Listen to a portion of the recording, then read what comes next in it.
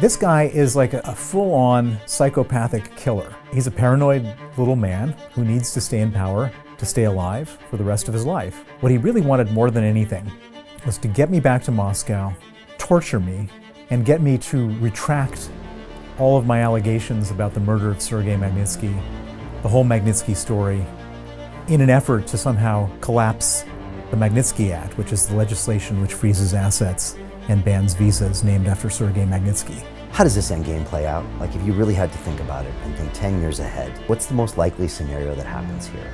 With Putin, with Russia, what do you actually think is going to happen? Well, I think that this war is not going to end anytime soon. So a year, 2 year, 5 years. This could be like the Iran-Iraq war, could go on for 8 years. Are nuclear weapons going to be used? Probably. It's not just a veiled threat. I don't think so. It's not enough just to be the richest man in the world, which you contend that he is. He's got to be the scariest guy in the world. He's got to be the everythingest guy in the world in order to hold power in a place like Russia, or in his mind to hold that power.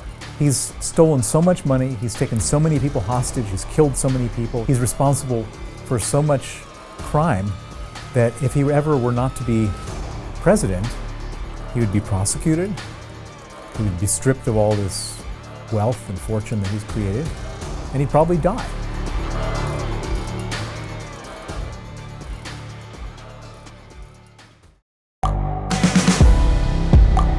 The world is changing. Inspiration is everywhere. It has never been so easy to connect, share, and bring people together. We're learning from others and finding the best in ourselves. Challenging our beliefs. Sharing our vulnerability. Overcoming our fears. Transforming ourselves so we can transform the world. How far can we go? This is London Real. I am Brian Rose. My guest today is...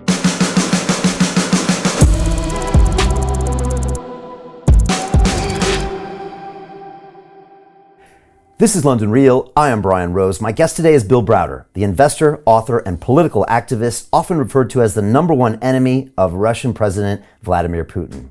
Your fund, Hermitage Capital, was the largest foreign investor in Russia until 2005, when you were denied entry to the country for exposing corruption in Russian state-owned companies. In 2009, your Russian lawyer, Sergei Magnitsky, was killed in a Moscow prison after exposing a $230 million fraud committed by Russian government officials. Since then, you have successfully lobbied governments all around the world to impose visa bans and asset freezes in your global campaign to target human rights abusers and corrupt officials. Your latest book, Freezing Order, is a New York Times bestseller recounting your story of Russian money laundering, murder, and surviving Vladimir Putin's wrath. Bill, welcome back to London Real. I'm really glad to be back. Thank you. Great to have you here. It's been almost 5 years since you were here last time. You had just had your first book out. And you were about to start some of the adventures that you found out here, including going to Madrid and being picked up by Interpol.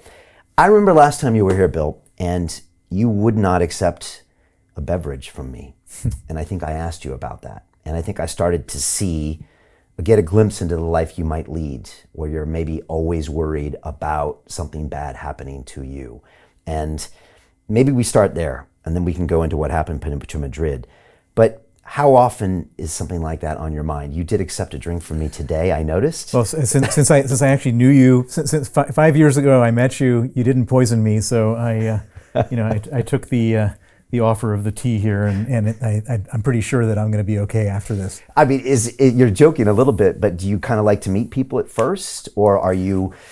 I've got to be super careful. I can't just be drinking and eating and meeting with people I don't know and so on. Everyone has to be vetted. But you've proven yourself to be not a Russian assassin, so okay. I'm good. All right. So because I even told the guys today to just keep your eyes peeled. That's what I said. I said just keep your eyes peeled. I don't want any random cleaners or inspectors coming here. And I just told them that. And I'm just thinking, well, that's what I'm thinking, and I have to worry about this one day every 5 years. But this is something you're probably constantly thinking about. So Well, it becomes kind of like an instinct. I mean, it's not, if you do the same thing, if you stay vigilant for long enough, it just becomes, you're vigilant without having to like be vigilant. In other words, it becomes as a habit. I do certain things as a habit. I don't do certain things as a habit. I have a whole protocol which I've mastered, and it's worked so far. I mean, knock on wood, but 13 years after I started this fight with Putin, and he really wants me bad. I mean, and there's, it's not just me saying it. I mean, we'll talk about it today, but there's like huge amount of objective information about how angry he is at me for all the trouble that I've caused him. And so, but here I am, 13 years later, I'm still alive. I mean, that's a huge accomplishment, I think. It is. Why hasn't he been able to get you, do you think? Well, I think in the past, he wanted to get me one specific way. He didn't want to use Novichok or apartment bombs or something like that, because what he really wanted more than anything was to get me back to Moscow, torture me, and get me to retract all of my allegations about the murder of Sergei Magnitsky, the whole Magnitsky story, in an effort to somehow collapse the Magnitsky Act, which is the legislation which freezes assets and bans visas named after Sergei Magnitsky. Okay. He really doesn't like that legislation. He thinks that somehow getting me to, make some statement on TV after having been tortured for 20 hours, then they can kill me after that. But he wants that's his, he has this fantasy of getting me to retract the Magnitsky Act. Okay, and that maybe keeps you a little safer than if he just wanted to poison you here, which after we talked happened in the UK. He sent 2 guys over and they poisoned someone out. So and it's happened in Russia, and it's happened all sorts of places. I mean, and there's a number of poisonings that we don't even know about. I mean, these guys there was a whole crew. I mean, like a big crew of Russian secret policemen living abroad, conducting assassination operations all over the place and succeeding. And so their big goal was to use what I would call legal means. Legal means arresting me through Interpol or through an extradition request, getting me back to Moscow, torturing me, putting me on television, and then killing me. Right. Okay. And then to say to the West, guys die in prison all the time. Okay. So that's a bigger payout that he was holding out for. You have sources that told you that. Well, but more importantly, if he had killed me, I would have just become this international martyr, and there'd be sanctions and all this kind of stuff. Right. Everybody, knew the Magnitsky Act. All these politicians knew me. That wouldn't have achieved his objectives better than what he had cooked up. Okay. All right. And are you learning what it's like to deal with a man like Putin? And I was about to say even a Russian way of doing things. And is there a Russian way of doing things? I mean, when they poison people, they use a specific poison that's traceable. It's almost like got their signature on it. So they almost say, look, I did it without maybe it being provable. Do they play a game a little bit different than, say, the West plays? Well, they play their own game, which is, so Putin historically has done all this sort of asymmetric, plausibly deniable, talking out of one side of his mouth saying, I'm a killer, talking out of the other side of his mouth saying it wasn't me. That's his modus operandi. And the West doesn't do that. I mean, we're not conducting, poisoning operations all over the world. That's a Putin thing. That's not a West thing. Right. He uses that asymmetric warfare. So whatever resources they use, it's a bit of a form of terrorism, right? You can use something that has an asymmetric effect. You could argue that's what's happening in Ukraine right now as well, where they have a little bit of poison, they go here and do that, and it causes this asymmetric effect on the world in form of fear and terror. And it's also probably putting fear into the oligarchs as well. Well, so Putin's whole big thing is that he's got to be the scariest guy around. That's how he succeeds. We've seen him to be kind of incompetent. I mean, his war machine. We thought the Russian military was the second most powerful military in the world. Well, I think that the Poles could probably deal with them in an afternoon. They're probably like number 13 in the world. But you don't have to have the best military in the world if you're the if you're just a crazy guy like Putin and ready to do anything and going around, it's kind of like a guy, walking around the neighborhood, with a knife and just, everyone just wants to avoid him. That's sort of Putin's big thing, is like saying, I'm the guy with a knife in the neighborhood. You said one time that it's not enough just to be the richest man in the world, which you contend that he is, but he's got to be the scariest guy in the world. He's got to be the everythingest guy in the world. Exactly. In order to hold power in a place like Russia, or in his mind to hold that power. Yeah, and that's how he's done it. Russia's not an easy place to hold power. Yeah. It's a big country. There's a lot of people, a lot of nasty people, just as nasty as him, wanting, a bite at the apple. He's the richest guy in the world. Other people want that. And the only way to do that is to just be so scary to so many people that everyone's like, I don't want to mess with that guy. Also, I was watching House of Cards recently, and there's this, fictional scene where the Russian president comes over and he's talking to, the president, and he says, our presidents don't retire here. And is that a real thing in Russia? Where, they have had presidents retire, and Gorbachev, died of old age, but when he leaves, it's very dangerous for him potentially. So when he wants to stay in power, is he fighting for his life sometimes? Yeah, I think you've hit the crux of everything that's going on.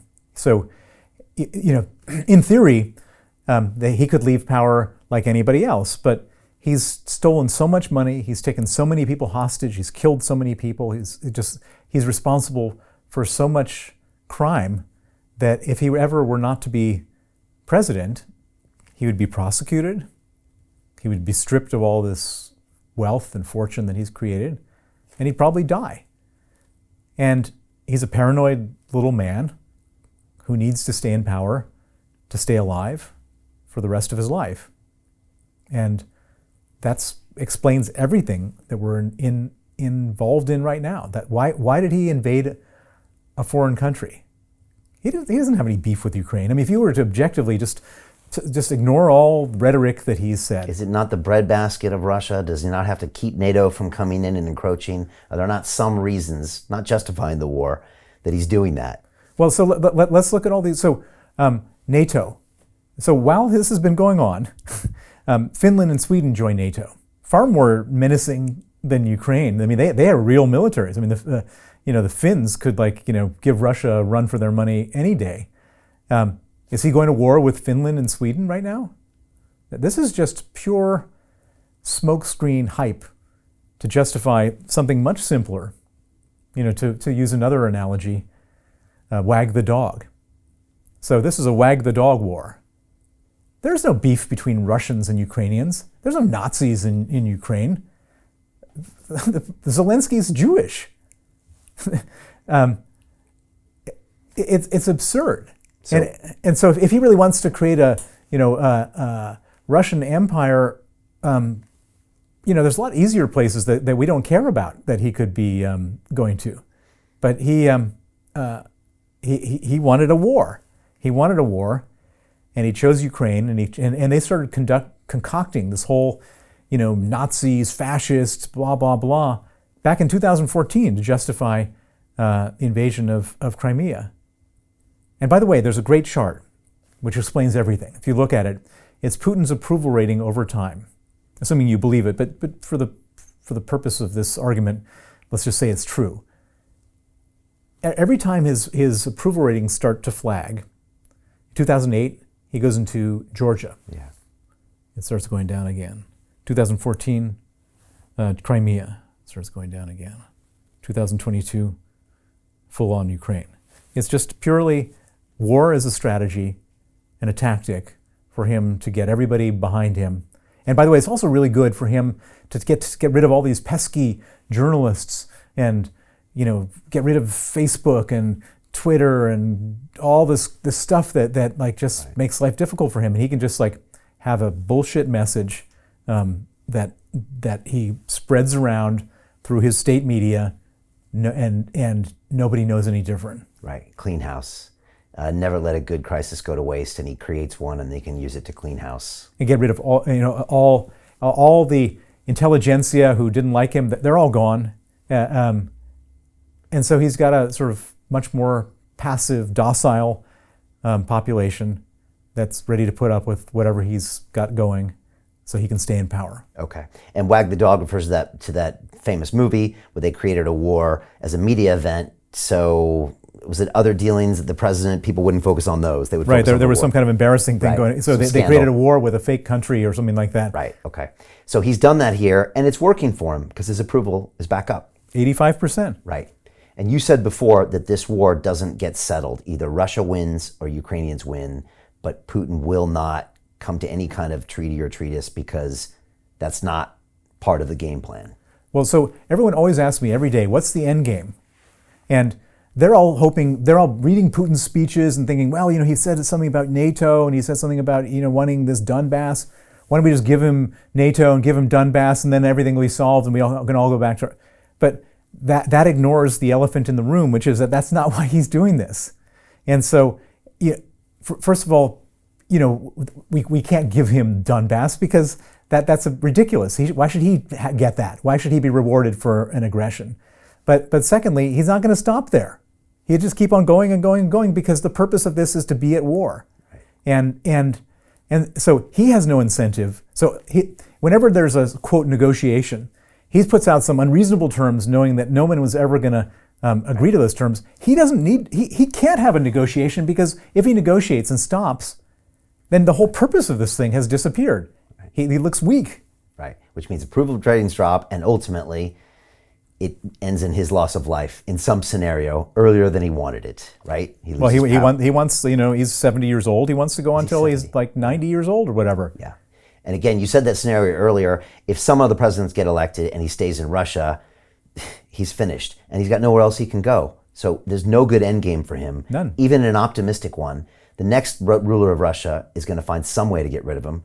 And they're very good at that there, right? And if he can't flee, because there's just nowhere for him to go. He maybe goes to North Korea, right. or Saudi Arabia, but that's not what he wants. I mean, right. And then after a while, maybe they won't want him there anymore. No, of course not. They're going to want to have good relations with somebody, and he'd be a prized hostage to hand over for good treatment somewhere else. Okay, so understand the motivation, and then you can understand. Yeah, when I see some of the announcements coming out, it's like when you hear North Korea negotiating. It's like it's all nonsense. It's like first there's a grain deal, then there's no grain deal. North Korea's like, oh, first we're going to do this, now we're not going to do this. They have one trump card, and they keep playing it over and over and over again. And if you believe anything they say, it's the joke's on you because they have one end game, and that's always that end game, and they feed you little bits of talking points in the meantime to get you going here and here and here and there. And we're all so steeped in our own sort of Western values that we think that he's dealing like project on him. We think he's like us. He's not. This guy is like a full-on psychopathic killer.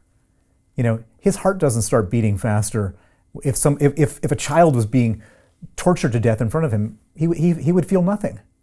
He has no empathy, no conscience, no moral boundaries, and so we can't look at this guy and say he said this in this speech. He said this. That must be what he's trying to do. And by the way, all the people in Washington, all the policy experts, political scientists, are all sitting there reading his speeches and looking for hints about what he's doing and then reporting to their bosses, this is what they're trying to do, let's make a policy around this. You can't be a political scientist to deal with Putin. You need to be a criminologist to deal with Putin. Right. But the only guy that rules Russia for 20 years and out of the situation he found it is that guy you just described, right? Is there any other guy that can do that? He's the guy. Yeah. I hate to say this. Does that country need a psychopathic ruler? Is it that crazy over there? You spent a lot of time there. No, it doesn't need a psychopathic If you look ruler. at the history of Russia over 500 years, and my dad read this one time, and he said it's just a repeating cycle over 100 years. You could say that about most countries. Well, Russia has got a particularly bad past. They had the Tsars, they had communism, and then they had this. And it's, there were 10-year periods where things were kind of okay. A lot of it's the geography, right? It's a tricky thing to keep together. I think that's a myth. Really? I think it's a myth that's a tricky. Canada's got a big geography. Yeah. Really, it's got it's huge. I know, huge. But there's geopolitics involved in that whole region, and it seems to repeat itself on a regular basis. I think that they just have had no tradition of non-murderous dictators. Okay. Is it cause or effect? That's the question. But either way, we're here. You say Putin's the richest guy in the world, and most people would say, no, Bill, that's Jeff Bezos. Can you talk to me about why you believe he's the richest man in the world and how he got to be that wealthy? And you know this because you spent time in Russia creating wealth yourself, $4.5 billion at one point from basically nothing. And so you saw how it all worked. I was wondering if you could just give us the quick version of how that happened. Well, so Putin comes into power, and he sees these oligarchs who are all rich, and he says, why am I a little guy and they're all the big guys? And so what does he do? He arrests the richest oligarch in Russia. He puts him in jail, and everyone said, oh no, he'll be out of jail in 2 seconds. There's no way a rich guy can stay in jail. And they sentence him to 10 years in prison. Mikhail Khodorkovsky, the owner of Yukos. Yeah. They stick him in jail, and all the other oligarchs say, oh my God, this is serious. And they go to Putin and say, what do we have to do so we don't go to jail like that guy? He said, it's real straightforward, 50%. And by the way, if you don't want to go with the 50%, I'll just take 100% and you go to jail. And so how do you get that number 50%? Because I remember you told me this last time you were here, Bill, and you were the first guy that ever just put it flat out like that. Putin has 50% of all the oligarchs' wealth in some type of contract between those two. Well, it's not a written contract, right? Because it's a contract that he can only enforce right when he's in power. If he's president. Right. And so, which means you have to have approval ratings. So his well, net worth. He doesn't need approval ratings. He just needs to control the place with all of his strong men and so on. I mean, approval ratings are helpful, right? So that people don't rise up. That's sort of his, that's his insurance policy. But the main insurance policy is well, actually, he has. Guess how many presidential guard members there are in Russia. Just give me a wild. Presidential guard members. This is like a Secret Service type thing, like an equivalent. Yeah. I mean, I guess the president of America, I'm just saying, probably doesn't have as many as you think. There's probably 100 or something. I don't know. 500,000. 500,000? 500,000 people are working the Russian presidential guard. I mean, and why does he have so many? Because he wants to have his own army. So if the army ever goes against him, and these people are better paid, more luxurious accommodations, everything. Yeah, they're like the creme de la creme. And by the way, they're not sending them as cannon fodder to the front line of Ukraine. These guys are there to protect Putin. 500,000. 500,000. He's very smart. He's bad at almost everything, except for securing his own safety. Okay. What's he bad at? He's bad at armies. He's bad at governing an economy. He's bad at. I mean, Russia had every advantage in the world when he started. The West wanted them to succeed. They had a highly literate population, more literate than America, a fully installed industrial base, natural resources coming out of their ears. If this had been managed properly 22 years ago, they could have been a country like Germany or Japan. But instead, the size of the Russian economy is the same as the state of New York. And it's just his total and absolute criminal mismanagement. I mean, it's negligence of a scale you can't even imagine. I mean, when I grew up in the 80s and, the Rocky movies were happening, there were two superpowers in the world. It was Russia and America. And that's the way we thought it would probably be for 50, 100 years. Now you could argue now that Russia will never, ever be a superpower ever again. And all they have is their natural resources, and they've kind of squandered every other opportunity to be leaders in technology, to be leaders in any other kind of innovation. I mean, it's a country blessed with everything. They're blessed with natural gas. They've turned off the natural gas to Europe. So the Europeans are going to say, okay, you can turn it on, and we're going to depend on you from now on? No, of course not. The Europeans are going to say, we're going to find secure forms of gas into perpetuity from somewhere else. And so the Russians have built all these pipeline networks and everything, and they've lost their main customer. I mean, you can't, having natural gas means nothing if you can't sell it to anyone. Yeah, they may be able to sell it to Chinese. That'll take them another 15 years to build those pipelines. They've got all these super smart computer scientists. Do any of them stay in Russia? No, they're all going out to California where they can actually start companies and they won't get stolen from them. Right, or they won't also be conscripted that way as well. Indeed. The people in Russia, I mean, they're not stupid. They have social networks, they have technology. How do they buy into all of this when they can see their country not going to where it should go? Well, a lot of them don't buy into it. I mean, if you were to survey, people between the ages of 18 and 30, 4 years ago, before all this really nasty stuff started, I think a majority of them wanted to emigrate to the West. I mean, it's obvious. There's no mystery about it. But anyone who's in Russia, is chanting, long live Putin, because you're not allowed to say anything other than that. And they're scared, and there won't be a revolt because he's got the security locked down. Locked down completely.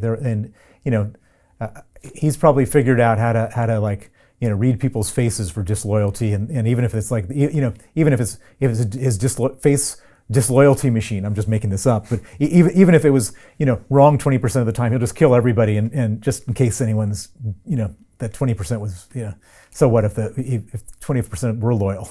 I read a couple years ago they were installing the face recognition cameras in the Moscow subway system to make it easier to do the fares, and it was just fascinating to realize that it was also a great way to spy on people. And of course, everything they do is spying on people. Are they as good as the Chinese are at that? No, they're bad at everything. Right. I mean, they but they still do it, or try to do it. Yeah. Well, they do it for different reasons. So they're spying. Yes. I mean, they have all this information. How they process it is, you've got a bunch of C students from D universities with no motivation that are, reading all the feeds coming in, trying to figure out what to do with it. So they're not very good at that stuff.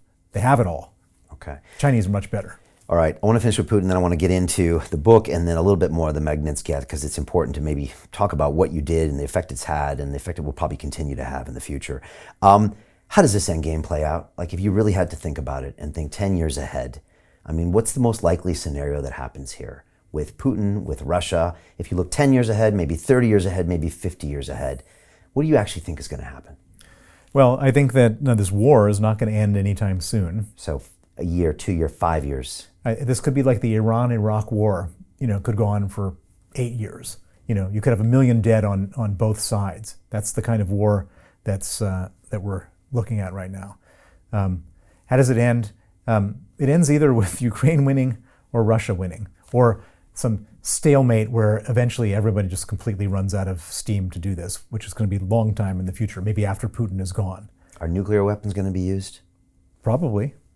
It's not just a veiled threat. I don't think so. Putin will do anything. I mean, he does such outrageous stuff.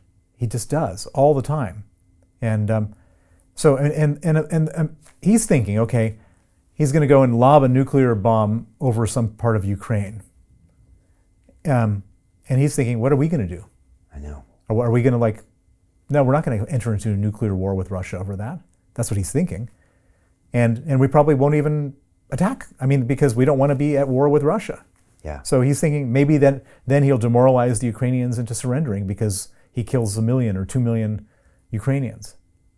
Is that the scenario of what might happen? Easily it could happen. So he puts a low, medium level nuke in there. It kills that many people, makes it radioactive for the next few hundred years.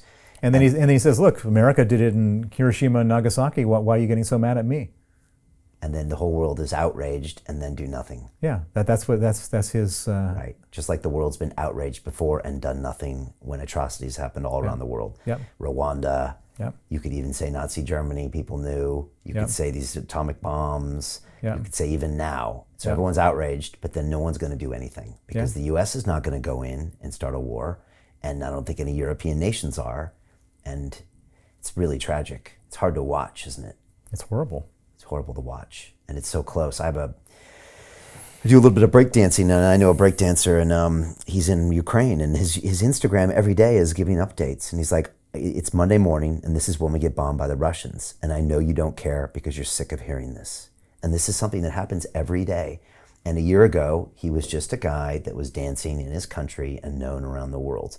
And now he posts these messages, and it's literally happening across the border from Poland in the EU, right here, while we all go about our business. And these drones are coming over and dropping these things that look inhuman to kill people. And we've got a potential nuclear missile going in, and it's plausible. You know, I mean, it's more than plausible. It's likely. It's likely. I know, and that's something I would probably agree with you. The fact that this is happening in 2022 is, it's hard to believe. Yeah, and there's one guy. It's one guy. So how does this play out? He dies of old age. This war continues. Well, so if the Ukrainians can continue the trajectory, and they're doing a pretty good job on the battlefield. I mean, they're highly motivated. They understand that if they don't win, then They get tortured, imprisoned, their women are raped, their children are stolen, their communities are destroyed. And so they have for them, I mean, that's a real motivation to fight in a battle. Yeah. So they're really motivated to fight, and we're giving them a lot of tools to fight. We're giving them a lot, but we're giving them just enough to hold the Russians back, but we're not giving them enough to succeed. And we could actually end this war ourselves. We, the West, America? Basically the United States. The United States is the key. They're giving them arms, but not enough. And they would admit it. If you go to speak to someone in Washington and the high level in the U.S. government, they'll tell you that. They'll say, we don't want to, they're kind of afraid of what happens if Putin loses. Because that would upset him and he might come after us, or if he loses, they're afraid of what's going to happen. Why? They just think, it's probably better just to leave this at a low level, not to poke the bear. Like always, this has always been the appeasement strategy of Russia. Everyone's afraid of this guy, and he's done a great job of, he creates, 90% of his power is because we acknowledge him as being powerful. Okay. If we get rid of Putin, does it get worse? Well, how does it get worse I don't know. You have a guy threatening nuclear war. How could it possibly be worse? This is a big myth that Putin has created. So you don't think it gets worse? This is as bad as it gets. I mean, it could get much worse because he's going to make it much worse, but it's not like another guy is going to be worse than Putin. He's a monster. But the U.S. won't arm the people to win. You're saying they won't? At the moment, they won't. But what's interesting about the U.S. approach to this is like every time Russia does something more atrocious, we give them better arms. I mean, we could have just given them better arms from the start. Right. And we could give them the better arms they need right now before, yes, we would probably give them the long-range missiles they've been begging for after the first nuclear attack, but they should get the long-range missiles now so maybe avoid the first nuclear attack. Right. I can't believe that we're actually talking about a potential nuclear attack that's going to go into the environment and leave whatever. Yeah, we're all going to have to take iodine here, and we're all going to be watching and just with our jaws at the floor when 500,000 Ukrainian people have been decimated by a nuclear weapon that Putin launches. It'll make Chernobyl look like just a blip. Okay. Yeah, this is scary stuff. Super scary. All right, so then this keeps going on, and then sooner or later, I mean, Putin can't last that long. 30 years, he probably can't last. Well, so what happens eventually is, if the if the Ukrainians were to succeed in this war, the Russians have no patience for a weak strong man. You can be a strong man, but you got to be a strong man. You can't be a loser strong man. Right. And so the Russians will come and take care of him very quickly, which is one of the reasons why he's so desperate to keep this war going. Right. So that's one scenario. And if that scenario happens, then the whole system breaks, and anything good can come from a broken Russian system. There are some good people in Russia: Alexei Navalny, Vladimir Karamurza, Ilya Yashin. These are all sitting in jail. These are all opposition people who stood up to Putin, who could form the next new non-war, Western-oriented government. Okay. Or you could have a situation where Putin drops dead in his bed tonight, and the next guy that takes over in a highly organized transfer of power is some other monstrous character who's just as bad as Putin. Right. Okay. So these are both scenarios. Let's talk about the economic sanctions that are happening now because of the war, and also the Magnitsky Act and how those are related, and maybe briefly what the Magnitsky Act was all about and the effect that it had on Putin, on oligarchs, on everything. Well, let's start with the third question and work our way into the first two. So the Magnitsky Act was named after my lawyer, Sergei Magnitsky. It was passed in the United States. It freezes assets and bans visas against individuals who do terrible things. So it sounds pretty obvious. If someone does a terrible thing, freeze their assets and ban their visas. How hard could that be? And no one's going to vote. If you vote on that law as a senator, you're not going to lose a vote in any constituency in America.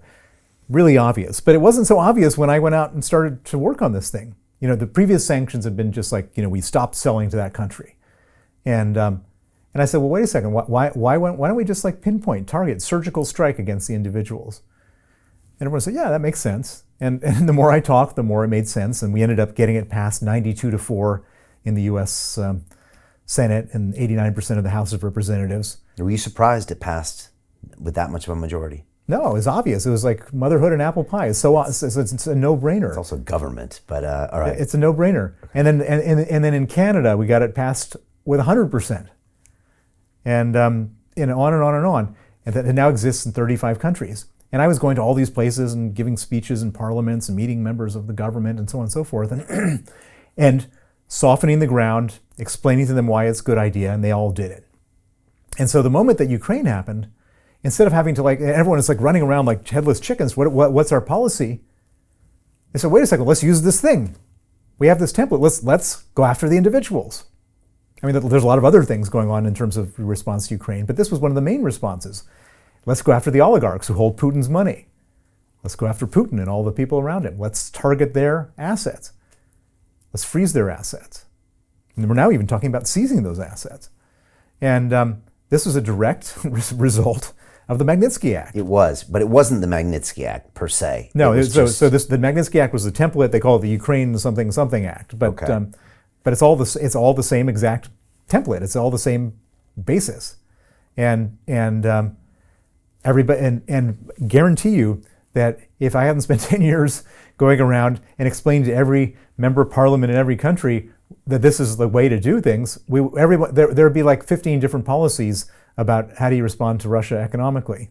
Is it fair for us to seize the assets of individual Russians for an act that Putin does in Ukraine? Yeah, because they're holding assets for Vladimir Putin. Is that provable? Is that provable in a court of law? Well, so if you can show that these people have gotten those assets from Putin's largesse, I don't see any reason why that's not. I mean, yes, it's provable. In theory, I see that. It's just I saw very quickly a lot of assets seized in London and all around the world.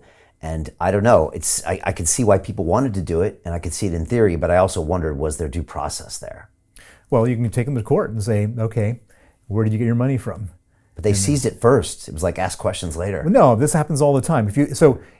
Let's say that you and I were in a business deal, and then you ripped me off, and I could go to court without you being there, here in London, proper legal system, and I can get what's called an ex parte freezing order. And I would tell a judge, this guy ripped me off, I want to freeze his assets because he's going to abscond, and you need to freeze him before he absconds. And that's a perfectly reasonable thing. And then you can come back to court and say that's not true, and we can argue about it. That's the same thing that the governments have done.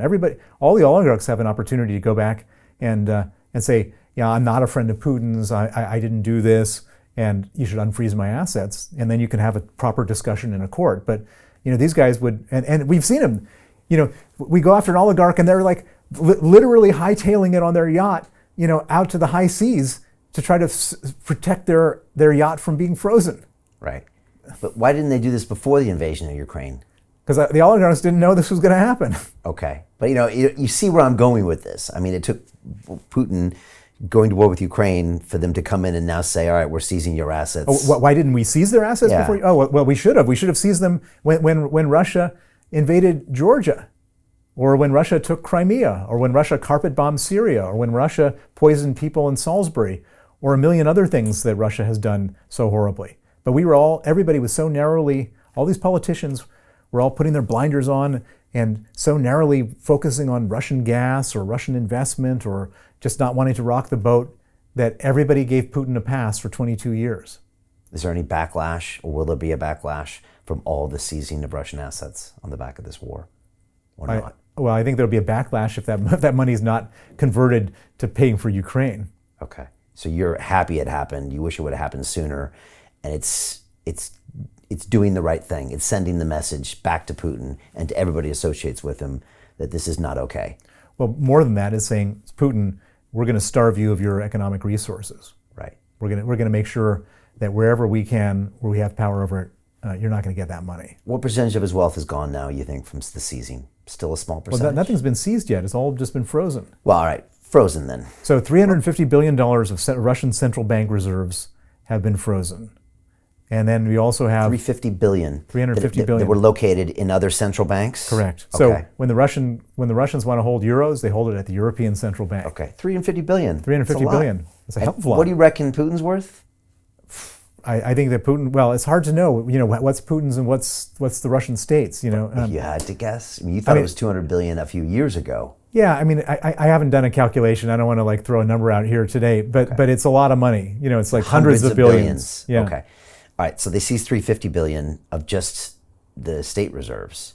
Yeah, it was a lot of money. And then we're just getting started with the oligarchs. I mean, I think about 40 or 50 billion of oligarch money is frozen. Just Abramovich, just by himself, has 7 billion frozen in Jersey and another 7 billion frozen in the Cayman Islands. That's 14 billion, just one guy. Do you have any sympathy for Abramovich? No, how did he make his money? It was just through, backslapping good old boy stuff in Russia. Are you shocked that it took the West this long to take action against these billionaires that have traipsed around the world and bought football clubs in London and mansions in Chelsea? That this long they let it go on?